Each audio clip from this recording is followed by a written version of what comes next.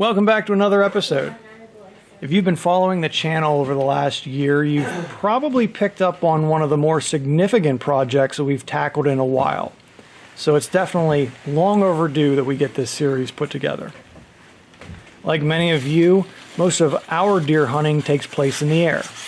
We're doing archery from climbers, hang-ons, and ladder stands, and then rifle season from home-built wooden stands. In 2016, we built a small enclosed stand on top of our mountain to replace one that was built back in the 70s and was appropriately named the Pink Shack. She was a real beaut, towering in the air and slathered with pink paint. Unfortunately, weather caught up to her, and by 2010, she was grounded after a strong storm and met her final demise a few years later. Now, there were the steps for the old Pink Shack. And last time I was up here, about 2 years ago, we took the windows out to salvage it. The building was still all together, but it eventually dropped off the stilts. And I don't see it anymore, so I'm assuming that it went down over the bank. It did. That's what's left of it. So eventually we'll get that rebuilt. Guys back in the 60s and 70s put that up here. We get some crazy weather on this mountain, and it allowed the older guys to still be out in the woods and hunt. They got some pretty nice buck out of this tree stand. It had a heater inside of it, insulated windows all the way around. It's a pretty nice stand to be in on a cold, wet, rainy hunting season. Even though her new replacement is painted fall brown, she still carries a legacy of being Pink Shack 2 for the next generation. The premise for this new series, however, isn't about the Pink Shack or PS2. We've embarked on deploying the absolute latest and greatest in tree stand technology. Okay, so nothing's really changed. We're still using 2x and tools, but seriously, this next project is a hotel of a tree stand. So join us in the build as we kick things off in the spring of 2019.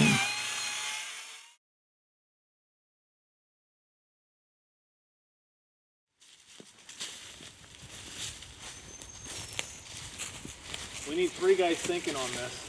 Well, that's why Mom comes in. 3 guys thinking and 1 supervisor. And 1 supervisor. 1 manager.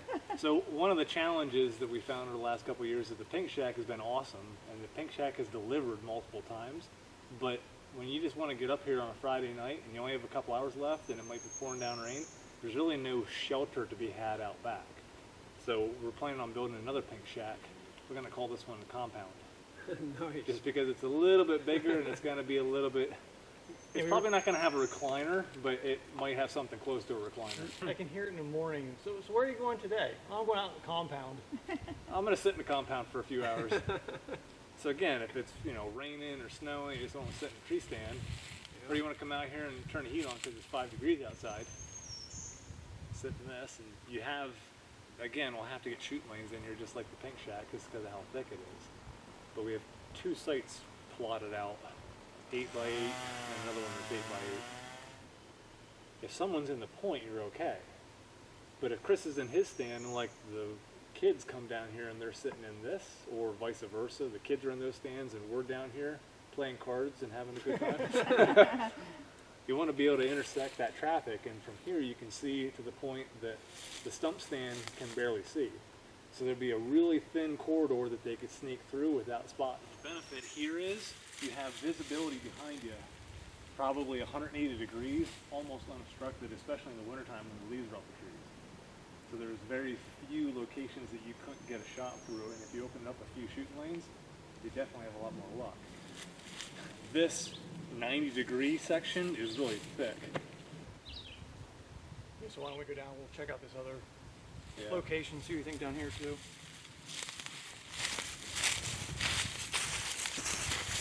So here is the second location we picked out. Initially, this was the first one that we decided on.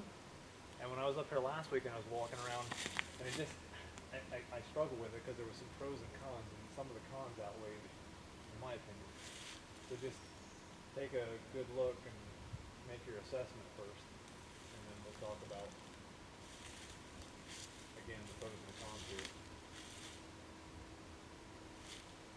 The benefit here is you can see the ridge line, and then down over the ridge, and there's probably like 5 acres, 6 acres of uncovered ground below that ridge, which is that normal travel corridor that you would be up 8 feet in elevation here, Yep. and be able to see down over. Yeah, I don't know. I mean, I like the original site that we picked out just because we can see all the way down. I don't like the fact though that we're as close as we are to this corner. Whereas the second site, I like that we're deeper in our piece, but we've got that wall of mature trees in front of us, which I can see both orange flags now for both sites. right, Is it really that different? right. It just looks different visually because Yeah. the canopy's there. The lower canopy is starting to leaf out. And I think with that extra 8 feet of elevation, it might open up enough of that lip that we'll still be able to see. From the second site. Right. And it does tuck us in a little bit further up in out of this corner. It gives you more sight up over the backside too. All right, so sounds like you decided. Or Did do you need an 8-foot ladder to see what you can see down here And that's or what I thought behind you? about too, is get a ladder out here. I mean, even just the distance alone between those two elevations is 8 foot.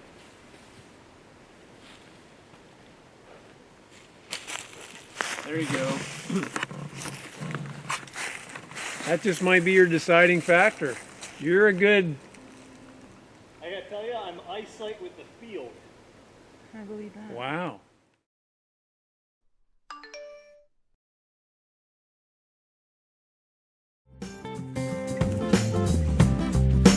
I kind of feel like Matt Damon in that movie We Bought a Zoo. I got my new boots on, ready to get to work.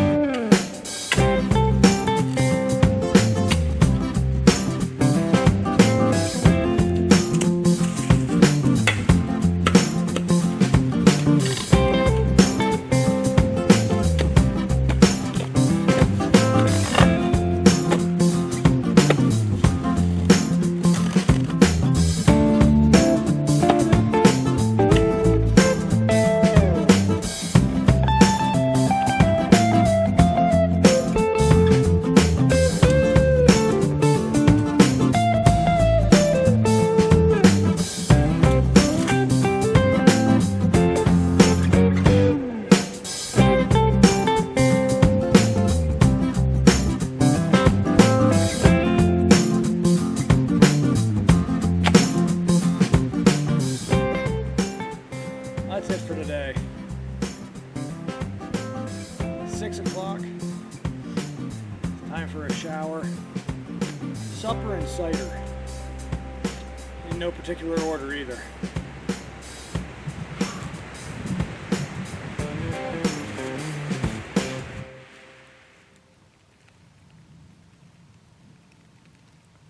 Yeah, I always have to have it on paper. Yeah.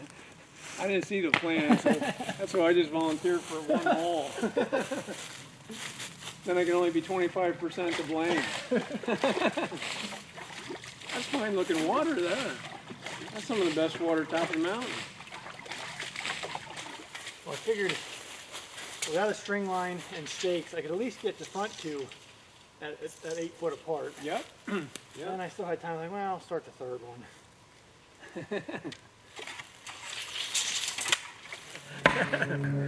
Oh yeah.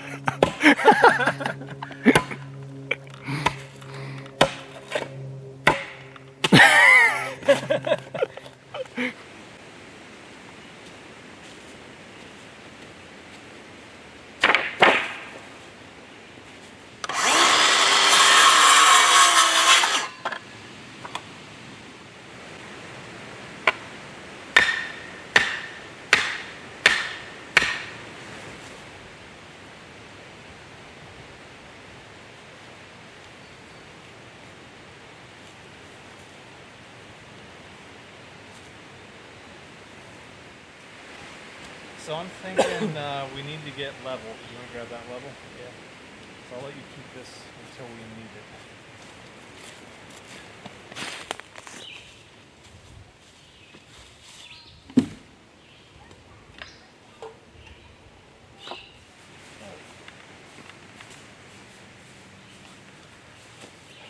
So I can see it's out of square just by looking at it. Is that level right there?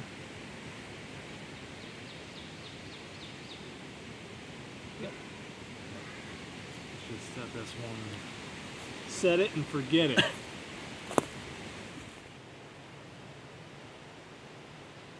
on. Right there.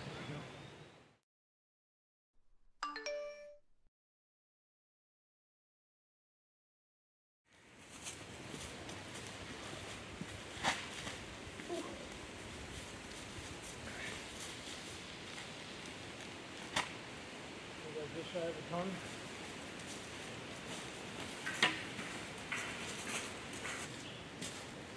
Sometimes I wonder if this is too much work.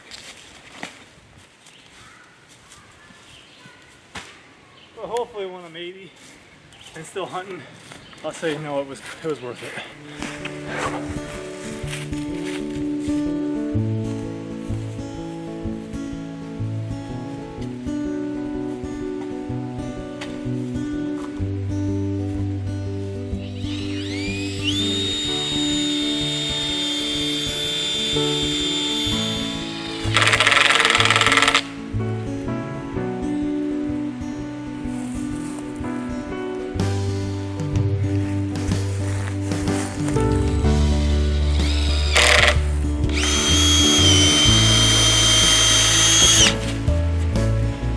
Touch. Perfect.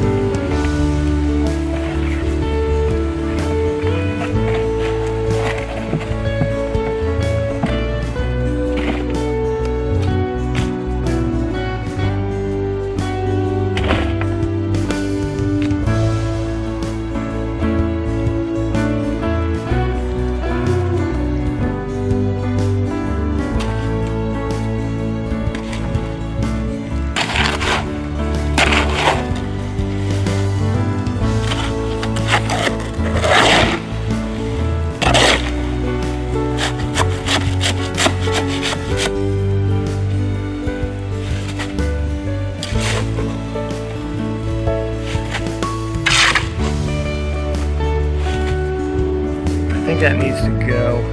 What's that? Yeah, it needs to go that way. Yep.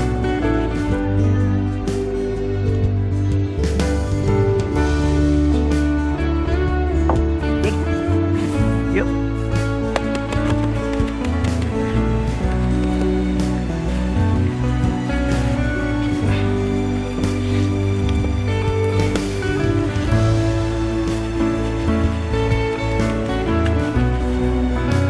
See, if I was pulling this for a building at home, I would want to get this as smooth as possible on there. Yeah.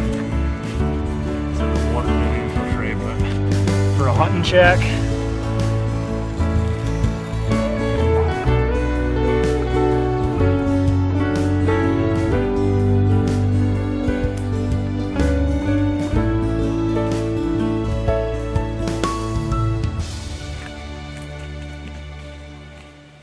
bit of mass to them.